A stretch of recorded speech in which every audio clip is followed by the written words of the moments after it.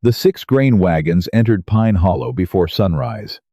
By noon, Ruth Beiler's father had traded her to the most feared mountain man in Oregon without asking whether she agreed. The settlement called it a necessary sacrifice. 26-year-old Ruth was an exceptionally plus-size Amish midwife, unmarried and easy to blame.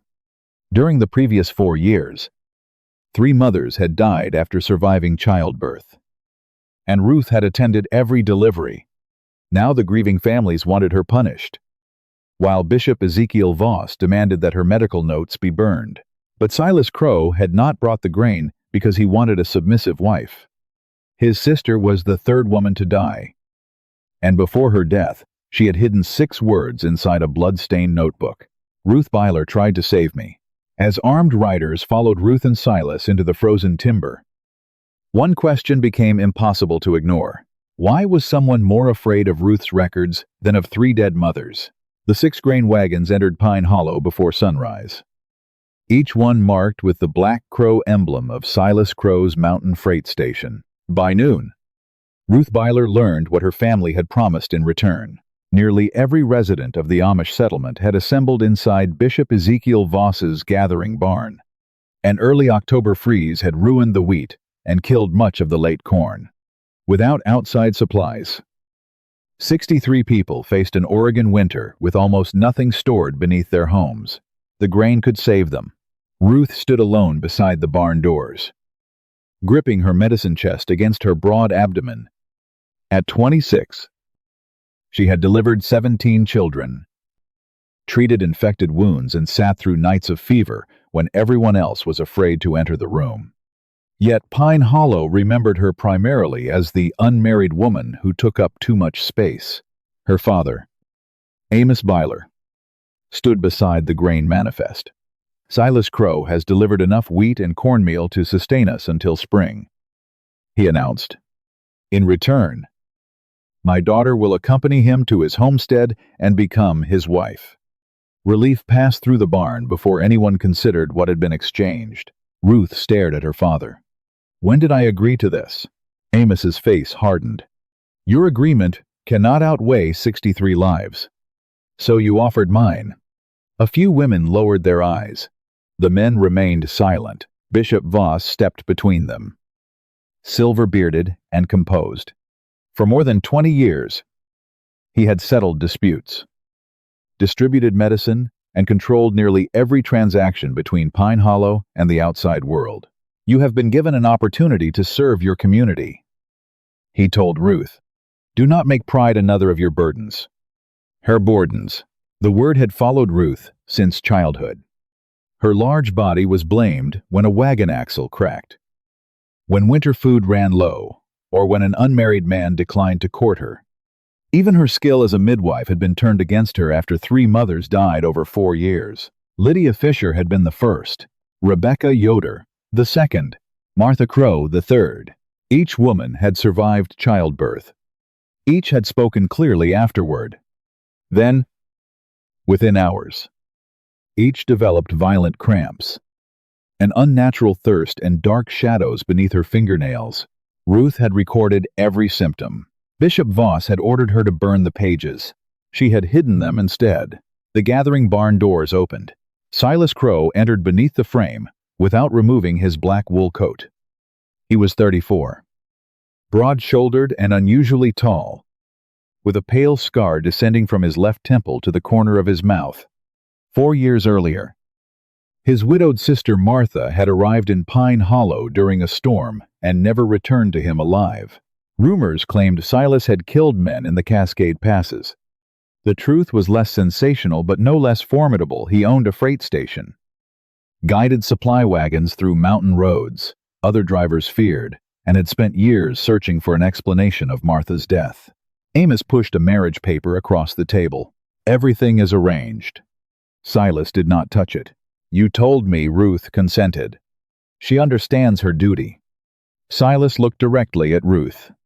His gaze did not travel over her body or linger on the tight seams of her plain brown dress. Did you agree to marry me? No. The word seemed to strike the barn harder than a gunshot.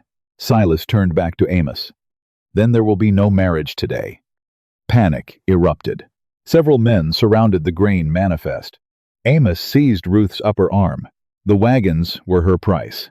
Silas's expression changed. "The grain came from my own winter stores," he said. "It purchased the right to question the midwife who attended my sister." "It did not purchase the midwife." Bishop Voss stepped forward. "You cannot leave with our medical records."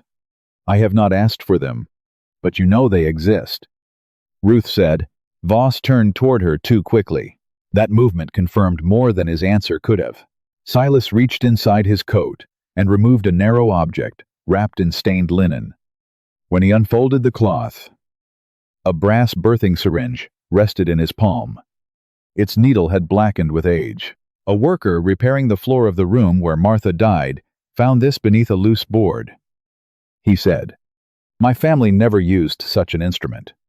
Ruth recognized the engraved letter on its handle, a single V. She had seen Bishop Voss carry the syringe into Lydia Fisher's birthing room 4 years earlier. She had seen it again on the nights Rebecca and Martha died.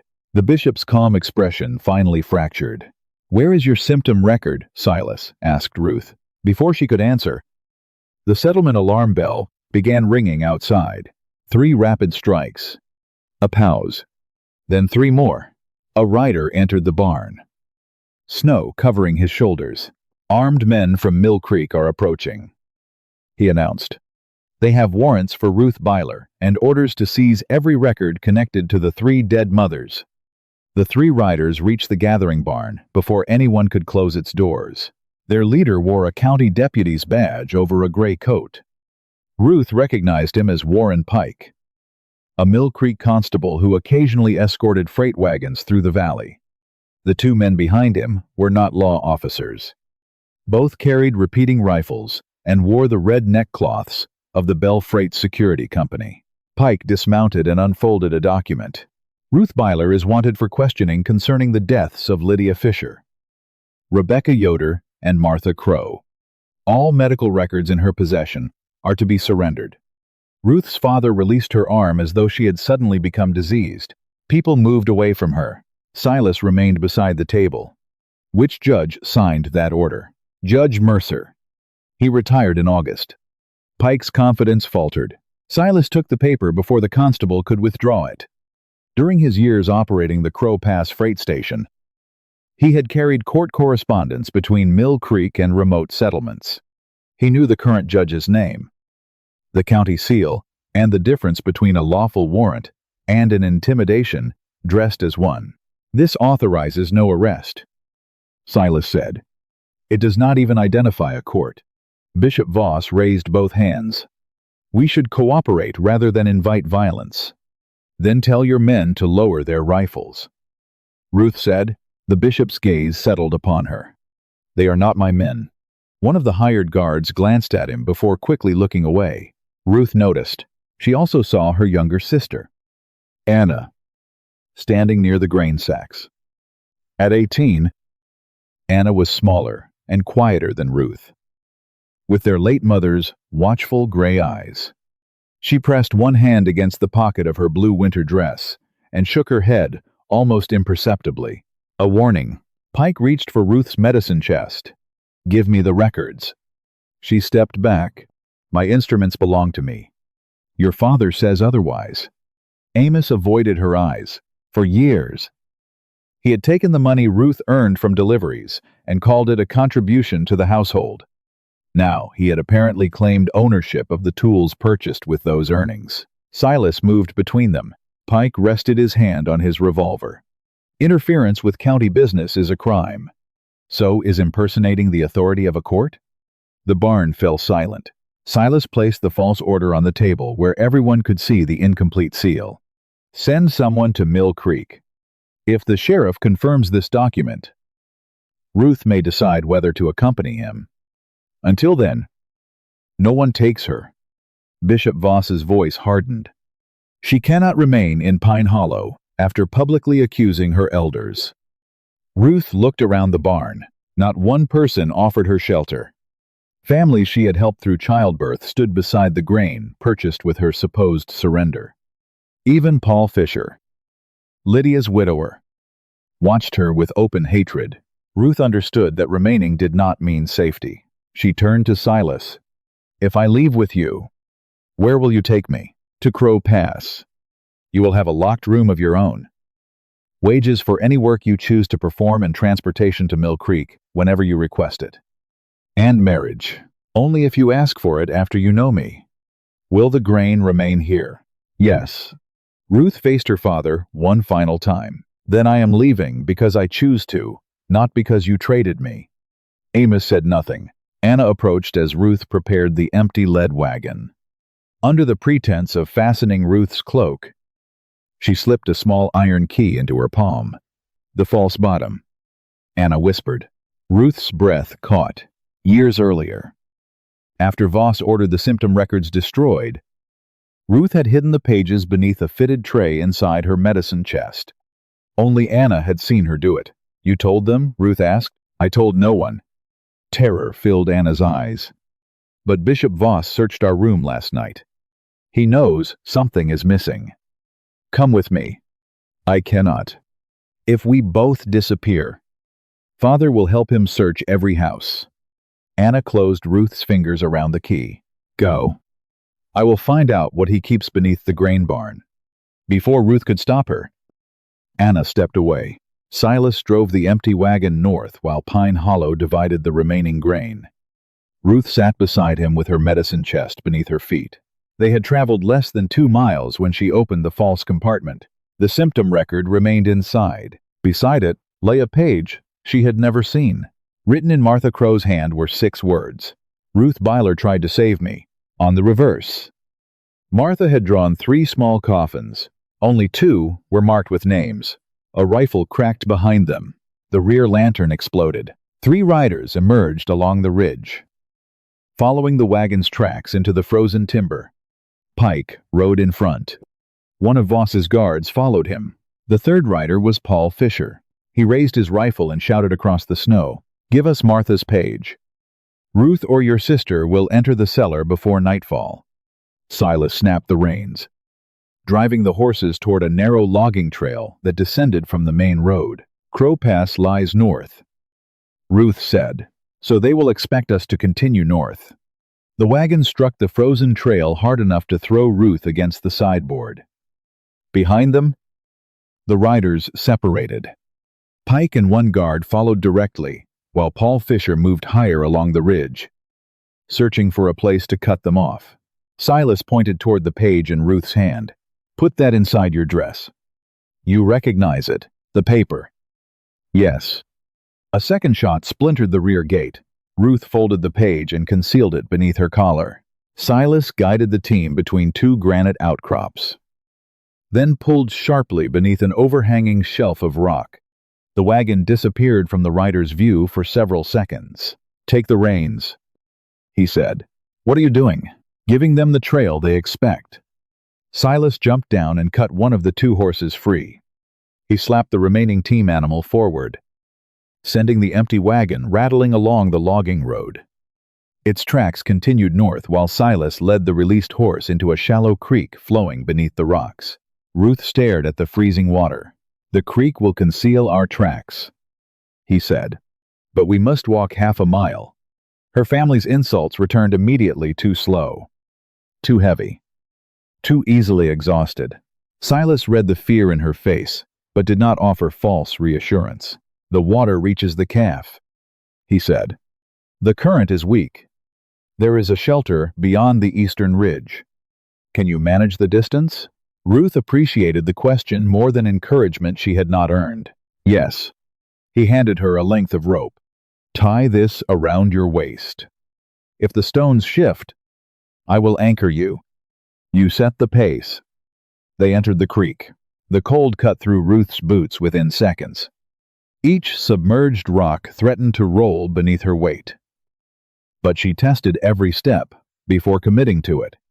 Silas walked behind her, keeping the rope loose enough that she did not feel dragged.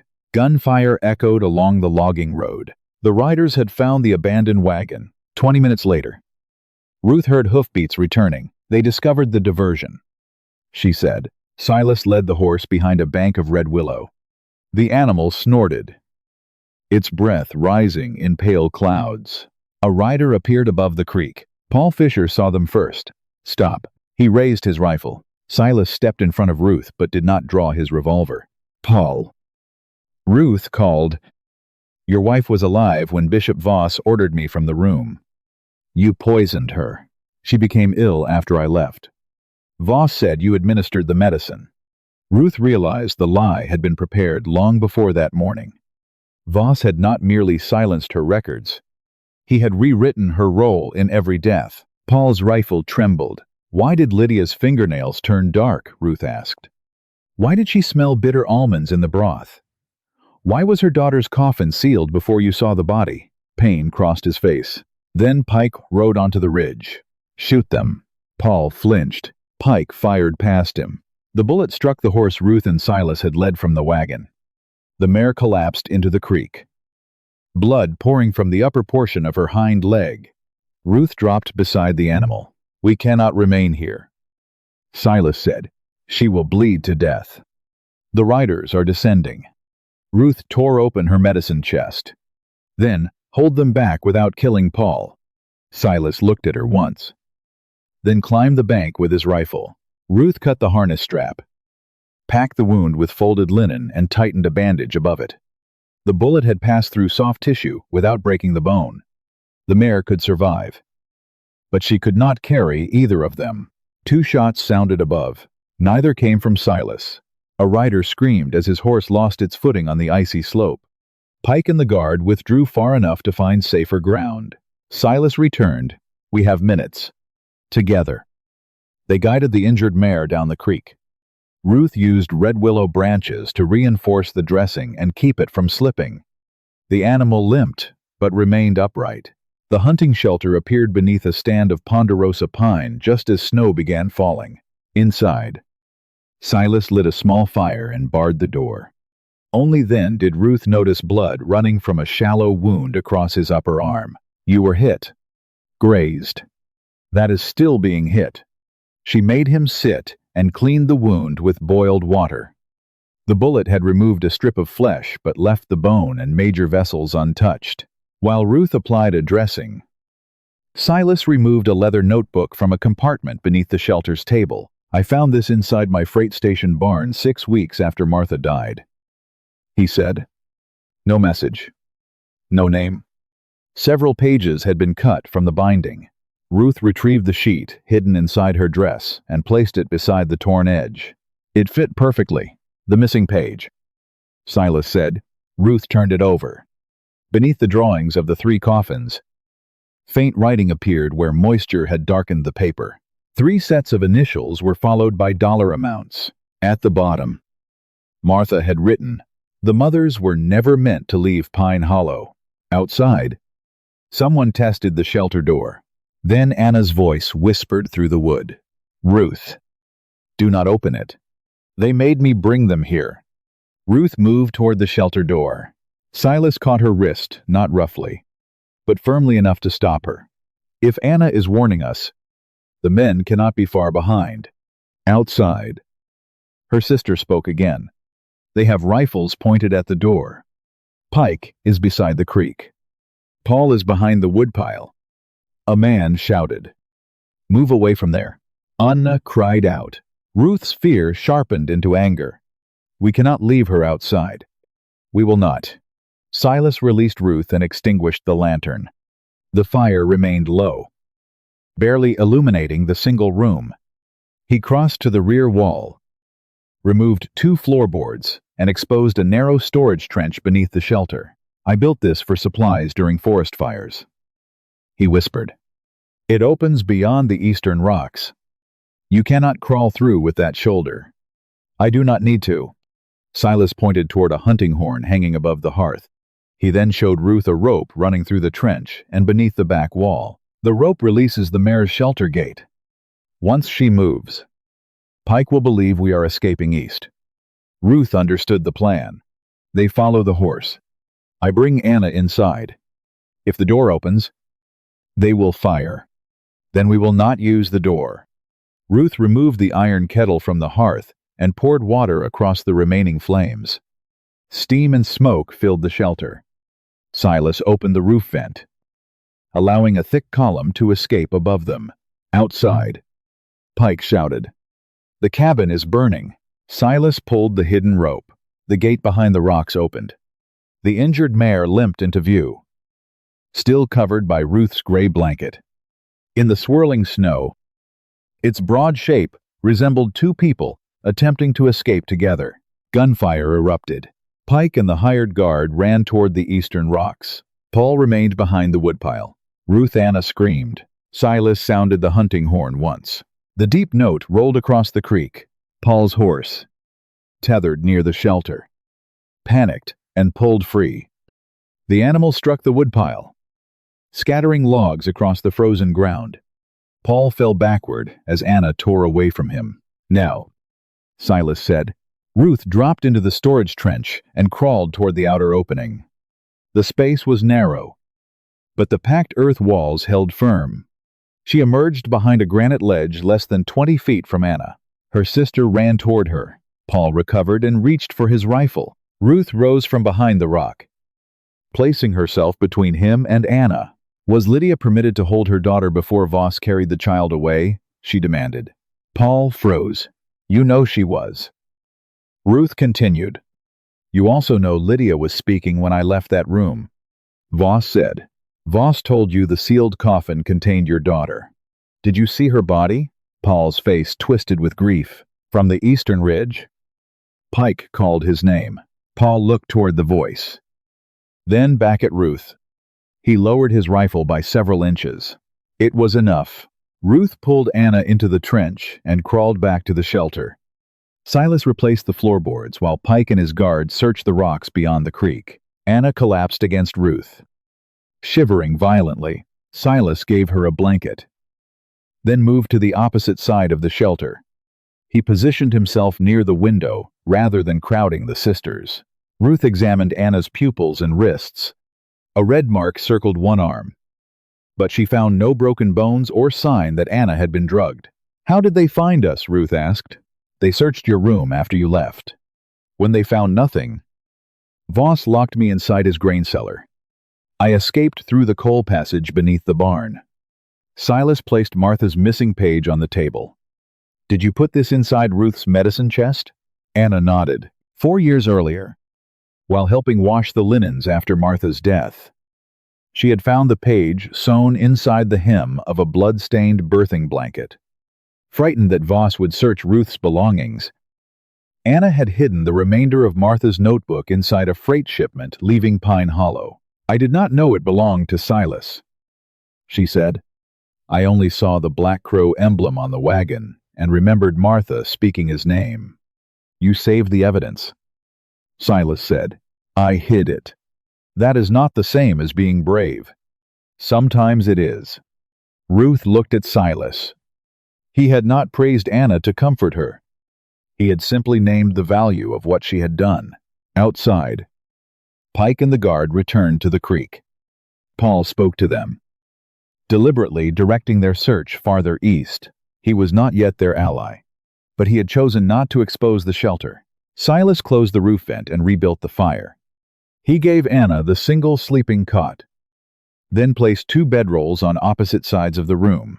"You and Ruth may bar the door from inside," he said. "I will keep watch beneath the rear overhang." "You are wounded," Ruth replied, "and you do not know me well enough to sleep unguarded beside me." The answer disarmed her more effectively than charm would have. Before Silas stepped outside, Anna caught his coat. "There is something else beneath the grain barn." Her voice trembled. "When Voss locked me in the cellar, I heard a child behind the eastern wall. She was perhaps 4 years old. She had red hair, and she kept asking why her mother had never returned." Silas stopped breathing. Martha's daughter would now be 4. Anna looked toward the notebook. The little girl said her name was Mary Crowe. Silas sat beside the fire with Martha's notebook open across his knees. For 4 years, he had believed his niece died beside her mother. Now Anna claimed Mary was alive beneath the grain barn, and Bishop Voss knew enough about Silas's investigation to bring the child back to Pine Hollow. "Why keep her there?" Anna asked. He may not have kept her there for 4 years. Ruth said, "She could have been returned recently." Silas looked up. "Because I began asking questions, or because someone who received her became frightened?" Ruth studied the missing page. Beside 3 sets of initials were payments ranging from $300 to $500. The amounts were far beyond anything an isolated settlement could pay for medical treatment. They resembled prices. Anna leaned over the table. "There are more children. I heard crying from at least 3 places behind the wall. One was an infant." Silas rose too quickly and caught the edge of the table when dizziness struck him. Ruth forced him back onto the bench. "You cannot rescue Mary if you collapse before reaching Pine Hollow. I have waited 4 years.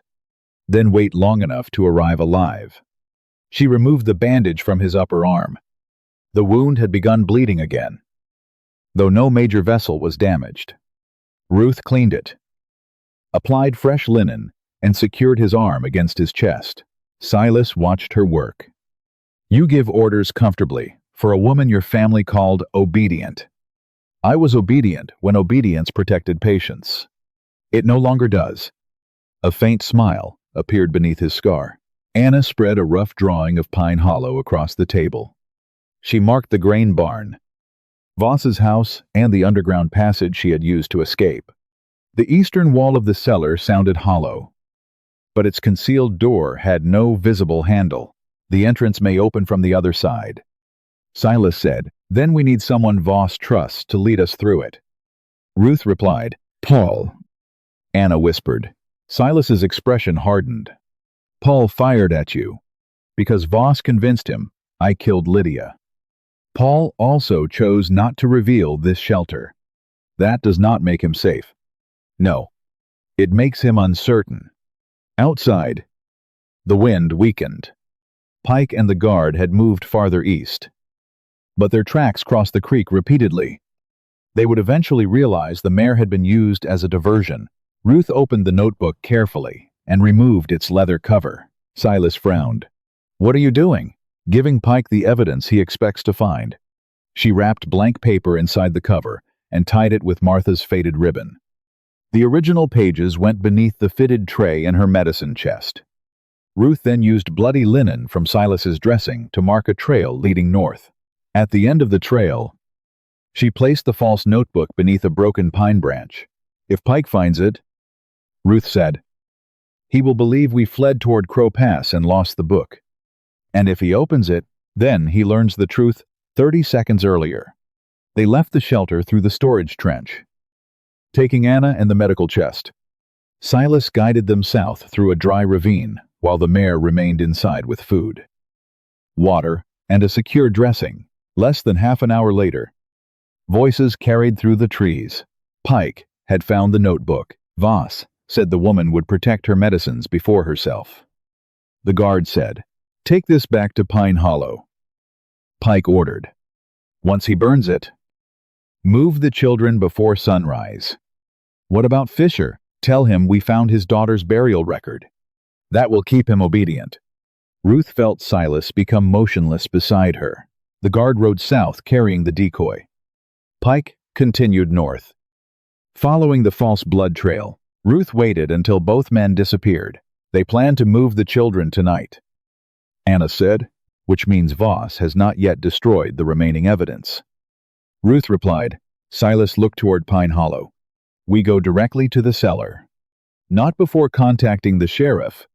The nearest telegraph office is at Mill Creek, 6 hours away. There is another relay instrument inside the abandoned sawmill," Anna said. "Voss used it to order the grain wagons. He told everyone the line had been disconnected. But I carried a message there for him last month." That explained how Voss had arranged false warrants and hired men before Silas arrived. The sawmill stood 1 mile south of Pine Hollow. They could contact the county sheriff, but the detour would cost precious time. Ruth made the decision. "Silas and Anna will send the message. I will find Paul. You will not approach him alone." Silas said, "If all 3 of us appear, he seus enemies. If I carry Lydia's record, He sees the last person who heard his wife speak. Silas did not like the plan, but he did not overrule her. He handed Ruth his revolver. She refused it. I need Paul to believe I came with evidence, not a threat. Ruth entered the timber alone and found him beside the abandoned wagon. Staring at the blood the wounded mare had left behind, he raised his rifle when she approached. Ruth placed Lydia's delivery record in the snow between them. Your daughter was born with a crescent-shaped mark beneath her left ear, she said. Bishop Voss ordered her coffin sealed before you saw her body. Paul's rifle began to tremble. What do you want from me? The truth about your wife. Ruth held his gaze. And if you want it too? You must take me into Voss's cellar before he moves the children. Paul Fisher did not lower his rifle. Lydia trusted you, he said. Then she died before sunrise. She trusted Bishop Voss too. Pain tightened his face. Ruth knelt beside the delivery record without moving closer. Lydia survived 12 hours of labor. Her bleeding had slowed. She held her daughter and named her Miriam after her mother. Paul's lips parted. Voss ordered me into the adjoining room. Ruth continued. When I returned, an empty broth cup stood beside the bed. Lydia was vomiting. Her fingernails were dark, and the room smelled faintly of bitter almonds. You wrote fever in the burial record. Voss wrote it. He made me sign, and you obeyed. Yes. Ruth did not hide behind fear or youth. Her silence had helped Voss. Even if she had not understood the crime, I failed, Lydia, she said. But I did not kill her. Paul looked down at the page. Why would he take Miriam? Martha's notebook lists payments beside the names of 3 dead mothers. Anna heard children beneath the grain barn. Voss's men intend to move them before sunrise. Paul finally lowered the rifle. Show me the notebook. I will show it after we reach the cellar. You do not trust me. You shot our horse. His face showed no defense against that truth. Paul removed the cartridges from his rifle and placed both ammunition and weapon in the snow. Then decide, after I am unarmed. Ruth retrieved Lydia's record. Take me to the coal passage. They traveled south through the trees, avoiding the main road. Near the abandoned sawmill, Silas and Anna emerged from behind a collapsed loading platform. Silas's relief at seeing Ruth lasted only an instant before he noticed Paul. He is helping us enter the cellar, Ruth said, or leading us into an ambush. Paul looked at the sling around Silas's wounded arm. If I wanted you dead, Pike would know where the shelter is. Neither man offered forgiveness. Anna stepped between them. Did the telegraph work? Silas nodded. The operator in Mill Creek acknowledged the message. Sheriff Hale is assembling deputies, but the storm may delay them until morning. Did you include the names and payment amounts? Ruth asked. Every detail we could transmit. The evidence now existed outside Pine Hollow. Even if Voss burned the notebook, he could no longer erase the accusation completely. Silas drew Ruth aside. You took a dangerous risk. So did you when you stood between me and Paul's rifle. That was different. Because you decided it was... Silas looked toward the dark outline of Pine Hollow. No, he admitted.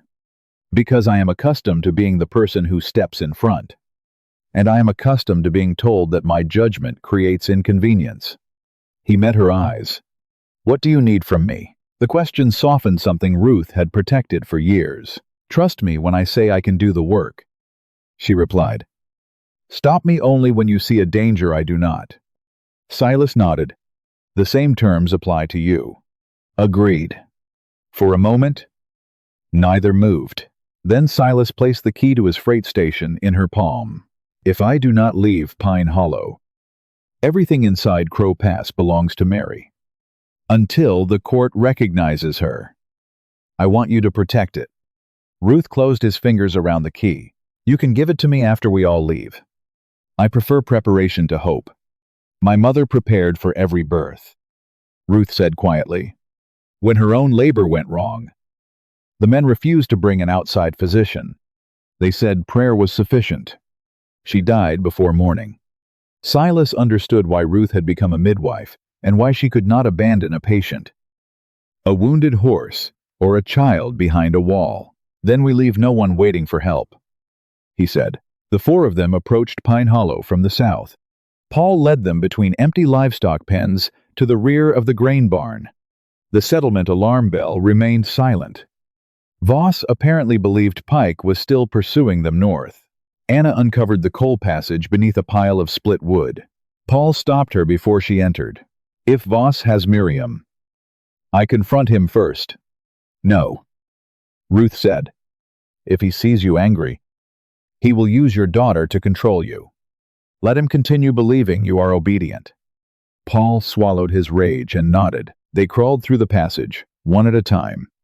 The tunnel ended inside a cold storage chamber beneath the grain barn. Shelves concealed the eastern wall exactly as Anna described. Ruth examined the floor. 4 parallel scratches marked the packed earth where the shelving had repeatedly swung outward. A metal hook hidden behind a flour barrel released the latch. The wall opened. Beyond it lay a brick corridor illuminated by a single oil lamp. Children's coats hung from wooden pegs.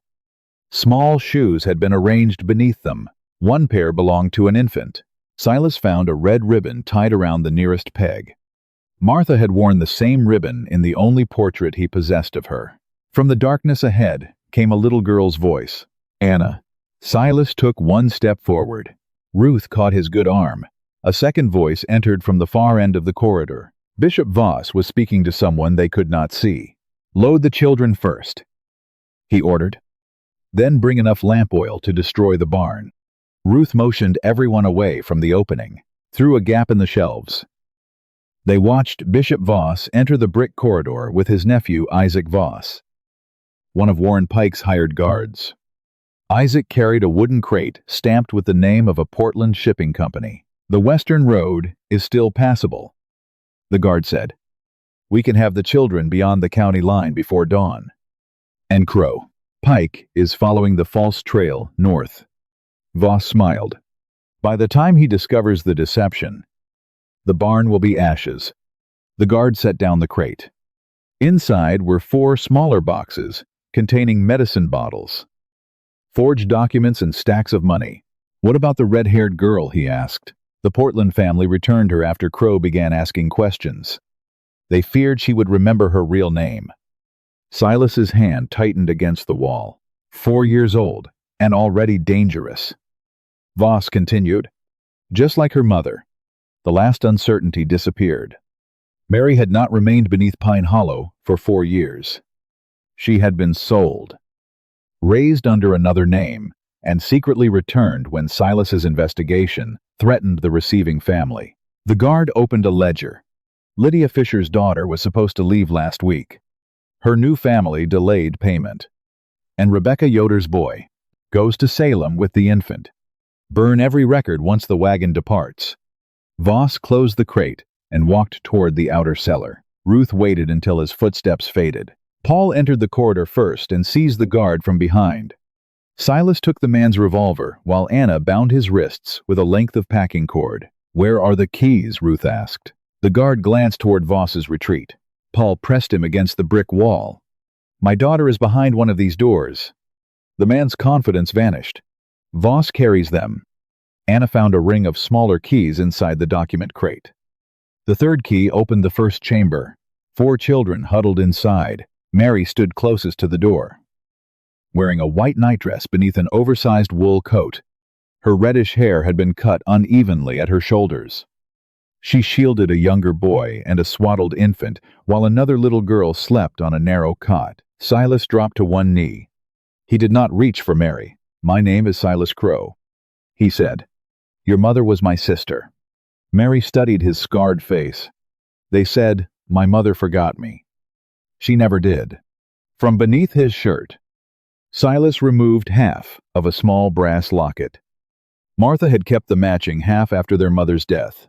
Mary touched the broken chain around her own neck. Anna fitted the 2 pieces together. They matched. Silas's composure broke, but he remained where he was, allowing Mary to decide the distance between them. After several uncertain seconds, She placed her hand inside his. Across the chamber, Paul knelt beside the sleeping girl. Ruth lifted the child's hair and found a crescent-shaped mark beneath her left ear. Paul covered his mouth. Miriam. The girl opened her eyes, but did not recognize him. Paul started to tell her he was her father, then remembered Ruth's warning. "My name is Paul," he said instead. "I knew your mother. I will not hurt you." Ruth examined the remaining children. Rebecca Yoder's son appeared thin, but alert. The infant had no identifying record attached to its blanket. All four showed signs of laudanum exposure, but their breathing remained stable. "We must take them through the coal passage," Ruth said. Silas lifted the infant with his uninjured arm. Paul carried Miriam while Anna led Mary and Rebecca's son. Ruth remained behind long enough to search the document crate.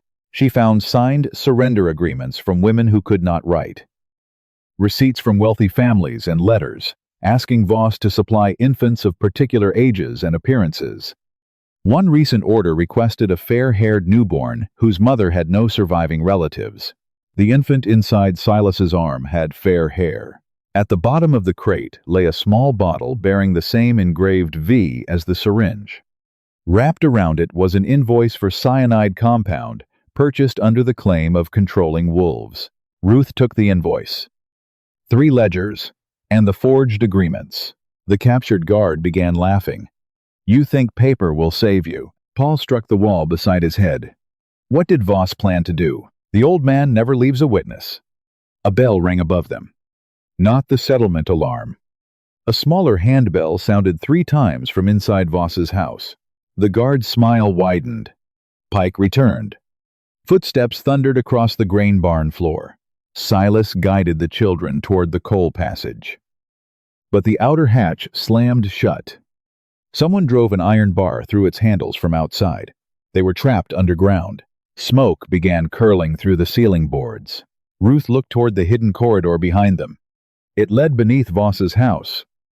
But the bishop knew they were there. Silas handed Mary to Anna and drew the guard's revolver. "No," Ruth said. "If you enter first, Voss will shoot before you see him." "Then what do you suggest?" Ruth picked up the bottle, bearing Voss's mark, and examined the direction of the smoke. "He built this passage to move children without being seen," she said. "That means it has another exit, and the airflow is showing us exactly where it is." Smoke entered through the western ceiling, but the flame of Ruth's lantern bent toward the opposite wall.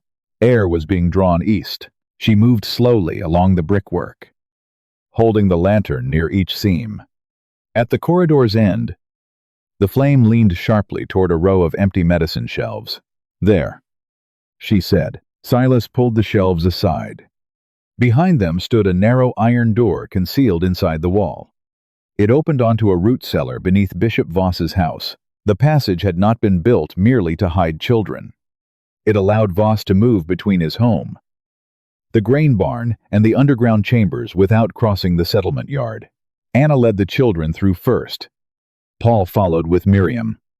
Silas remained behind Ruth, guarding the corridor as smoke thickened above them. The moment they entered the root cellar, the door at the top of its stairs opened. Pike aimed his revolver downward. "Drop the weapon, Crowe." Silas placed himself in front of Ruth. A second man appeared behind Pike, carrying a rifle. More footsteps moved through the house. Silas could shoot Pike, but not before the rifleman fired into the crowded cellar. He lowered the stolen revolver. Pike descended and struck him across the head with the revolver's grip. Silas fell against the wall, dazed but conscious. Blood ran from a shallow cut above his eyebrow. Ruth pushed past Pike and knelt beside him. Silas's pupils remained equal. He knew his name, Ruth's name, and their location. But he struggled to focus and became dizzy when he attempted to stand. "A concussion. You will remain awake and still," Ruth told him. Pike laughed. "You are in no position to give orders." Ruth looked directly at him. "If he loses consciousness or begins vomiting, you may have a corpse when the sheriff arrives." The mention of the sheriff unsettled him. "What sheriff?" "The one answering our telegraph." Bishop Voss appeared at the top of the stairs. For the first time, his calm deserted him. "You contacted Mill Creek. Your private wire carried the message beautifully," Anna said. Voss descended into the cellar and saw the ledgers beneath Ruth's arm. His gaze moved to Mary. "Miriam and the other children, bring everyone to the gathering barn," he ordered. "The settlement must see what Crowe and Ruth have done." Pike frowned. "Would it not be wiser to leave now? If we flee, we confirm their accusations. If Ruth confesses before the congregation, every document becomes part of her deception." Voss believed shame could still control her. Ruth lowered her eyes and allowed him to believe it. The residents of Pine Hollow assembled inside the gathering barn while smoke rose from the western grain store. Men formed a bucket line to prevent the fire from spreading. Voss kept the children hidden in the adjoining grain office under armed guard. Silas was forced onto a bench, with his wrists bound in front of him. Ruth insisted on sitting beside him to monitor his injury. Anna and Paul stood near the rear doors. Amish Beiler pushed through the crowd. "What has she done now?" Voss climbed onto the broad table used during settlement meetings. "Ruth Beiler has conspired with Silas Crowe to abduct children, falsify medical records, and burn the grain that was meant to save this community." Angry voices filled the barn. Ruth felt Silas test the rope around his wrists. "Do not," she whispered. "They have Mary. And Voss wants you to become the violent mountain man from his stories. Do not give him that." Silas stopped pulling. Voss raised one hand for silence. "Ruth has agreed to confess." Every face turned toward her. She stood slowly, still holding the 3 ledgers beneath her cloak. "I concealed information concerning the deaths of Lydia Fisher, Rebecca Yoder, and Martha Crowe," she began. Voss smiled. "All 3 women survived childbirth. All 3 held healthy children. And all 3 became ill only after I was ordered out of the room." The smile disappeared. Ruth continued before he could interrupt. "I also admit that fear kept me silent. Bishop Voss told me my notes would destroy Pine Hollow. My father told me obedience mattered more than questions. I believed them." Amos lowered his gaze. "But tonight, 4 children were found alive beneath the grain barn." The crowd erupted. Voss drew his revolver from beneath his coat and aimed it at Ruth. "No one has seen these supposed children," he said. A small voice answered from the grain office. "I am here." The office door opened. Mary stood in the doorway, holding Anna's hand. Paul emerged behind them, carrying Miriam.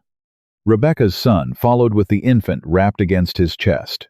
Silas saw his niece and remained still, honoring Ruth's plan even as grief transformed his face. Paul turned Miriam's head gently, revealing the crescent mark beneath her left ear. "My daughter was never inside the coffin. Voss ordered me to bury." Voss stepped backward. Ruth removed Martha's notebook from her cloak, followed by the ledgers and forged surrender agreements. 3 dead mothers, she said. 4 living children. Payments from families who were told these women willingly surrendered their babies. Voss fired. Paul struck his arm at the last instant. The bullet entered the barn roof. Pike seized Anna and pressed a knife against her throat.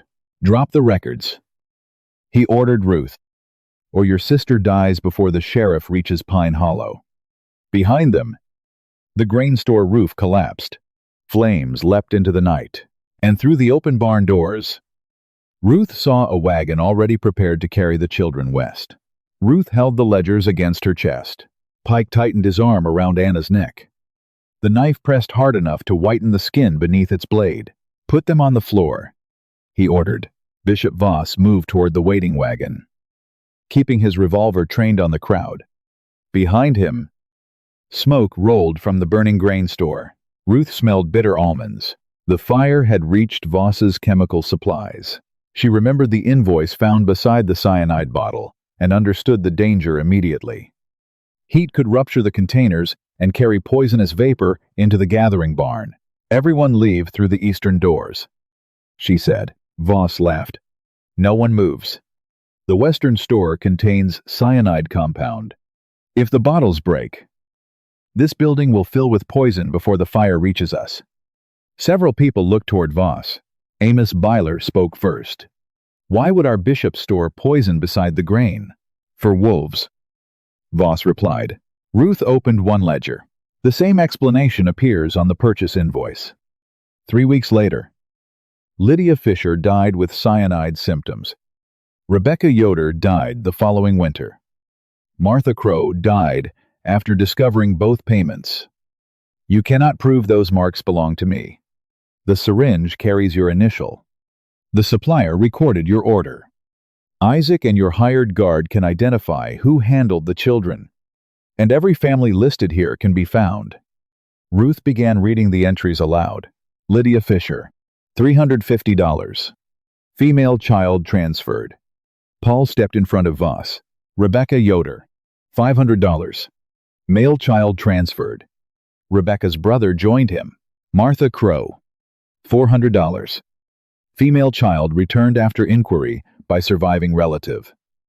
Un. The men who had remained silent when Ruth was traded began blocking Voss's path to the wagon. His revolver could threaten one person. It could not silence the entire settlement. Pike dragged Anna backward. The records. Ruth placed 2 ledgers on the floor but kept Martha's notebook in her hand. This is what you truly need, she said. The names of the receiving families are inside it. Pike's gaze fixed upon the leather cover. Ruth walked toward him slowly. Slide it over. If I do, you will cut Anna and take it. If you refuse, she dies now. Ruth looked at her sister. Anna's breathing was rapid, but she had not surrendered to panic. Her right hand rested near the pocket of her blue dress, the same pocket in which she had once hidden the key to Ruth's medicine chest. Ruth understood. The false bottom, she said. Anna drove the iron key backward into Pike's knife hand. He recoiled. Ruth closed the distance before he could recover. She raised her medicine chest between Anna and the blade, catching Pike's forearm against its reinforced wooden edge. The knife cut across Ruth's shoulder, but the chest absorbed the force that would have reached her sister's throat. Paul seized Pike from behind. Anna escaped. Pike struck Paul twice before Rebecca's brother, and Amos forced him to the floor. The knife slid beneath a grain table. Silas tried to rise, but dizziness drove him back onto the bench. For once, he could do nothing except trust Ruth to finish what she had begun. Bishop Voss fired toward the ceiling. Stand aside. No one obeyed. Then the western wall groaned. A beam crashed through the adjoining grain office, showering sparks across the floor. The children screamed. Fire blocked the nearest exit, while poisonous smoke thickened beneath the rafters. Voss ran toward the wagon. Ruth did not follow him. She chose the children. Stay low, she shouted. Use the eastern doors. Do not enter the western store. She wrapped wet blankets around Mary and Miriam not as protection from cyanide, but to shield them from sparks. Paul carried the infant. Anna led Rebecca's son beneath the smoke. A burning roof support fell across the eastern doorway before Ruth could pass. The timber landed at an angle, leaving a narrow gap near the floor. Ruth dropped to her knees and used the iron birthing lever from her medicine chest to prevent the beam from sliding lower. Pull the children through. The lever bent under the weight. Ruth braced its handle against the packed earth and held it steady while Anna crawled beneath the beam. Paul passed Miriam through. Then Mary, Rebecca's son, and the infant. The wood shifted. Silas reached them. Supported by Amos. I told you to remain still, Ruth said through clenched teeth. And you told me to stop you only when I saw a danger you did not. He placed his uninjured shoulder beneath the lever. Together, they held the opening until the final resident escaped. Outside, Bishop Voss climbed onto the waiting wagon. He snapped the reins. Nothing happened. Paul had removed the hitch pin while Voss was threatening the congregation. The horses surged forward, but the wagon remained behind. Voss fell between the shafts, scattering money, forged contracts and letters across the snow. He crawled toward his revolver. The people of Pine Hollow surrounded him. Ruth stepped through the smoke with blood running down her sleeve. "Do not kill him," she said. Dead men cannot answer questions in court. Paul picked up the revolver before Voss could reach it. The settlement alarm bell began ringing through the night, not to summon men against Ruth, but to guide Sheriff Hale's approaching deputies through the storm. Sheriff Samuel Hale reached Pine Hollow shortly before dawn. The storm had delayed his deputies for hours, but the settlement alarm bell guided them through the final mile. They found Bishop Voss and Warren Pike confined inside the gathering barn, watched by the same families who had once accepted Voss's word without question. The grain store continued burning until sunrise. 5 of Silas's 6 wagons remained untouched, leaving Pine Hollow with enough food to survive the winter. The western section of the barn was destroyed, but every child escaped alive. Ruth required 12 stitches across her shoulder. Silas suffered a mild concussion and was ordered to remain in bed for several days. He protested until Ruth threatened to ask Mary to guard the door. Mary took the responsibility seriously. The investigation lasted months. Voss never confessed. He called the ledgers forgeries and claimed Ruth had constructed the underground chambers herself. But the case did not depend upon his honesty. Anna testified that she found Martha's missing page sewn inside a birthing blanket and secretly sent the notebook to Crowe Pass. The freight driver who transported it confirmed her account. Isaac Voss identified the intermediaries who collected the children. The captured guard described the planned fire and the attempt to move the children across the county line. The evidence from Voss's overturned crates connected everything else. 3 forged maternal surrender agreements. Payments from receiving families. Letters specifying the age and appearance of requested children. An invoice for cyanide compound. Medicine bottles carrying Voss's mark. Ruth's original symptom records. Martha's notebook. And burial orders for 3 sealed coffins that had contained no children. The brass syringe supported the timeline, but the prosecution did not rely upon uncertain chemical residue. The financial records, witness testimony, and surviving children established the conspiracy more clearly than any single medical test could. Voss was charged with the murders of Lydia Fisher, Rebecca Yoder, and Martha Crowe, as well as kidnapping, fraud, attempted murder, and destruction of evidence. Pike faced charges for impersonating lawful authority, assault, and conspiracy. Several intermediaries were arrested in Portland and Salem. The families who had received the children were investigated separately. Some had believed the surrender agreements were genuine. Others had deliberately paid Voss to avoid questions. No child was transferred immediately. Mary had spent nearly 4 years under another name. Miriam did not recognize Paul. Rebecca's son feared every adult who mentioned home. A county judge appointed temporary guardians while identities, safety, and family relationships were examined. Silas's guardianship of Mary was confirmed through Martha's records, the matching locket and testimony from the Portland household that had returned her. He never demanded that Mary call him family before she was ready. 3 weeks after the fire, she climbed onto the chair beside his bed and placed the joined locket in his hand.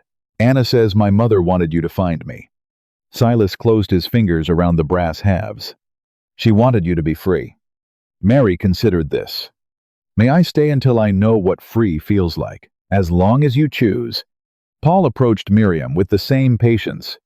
He brought the wooden moon Lydia had carved during pregnancy and visited every morning without asking the child to call him father.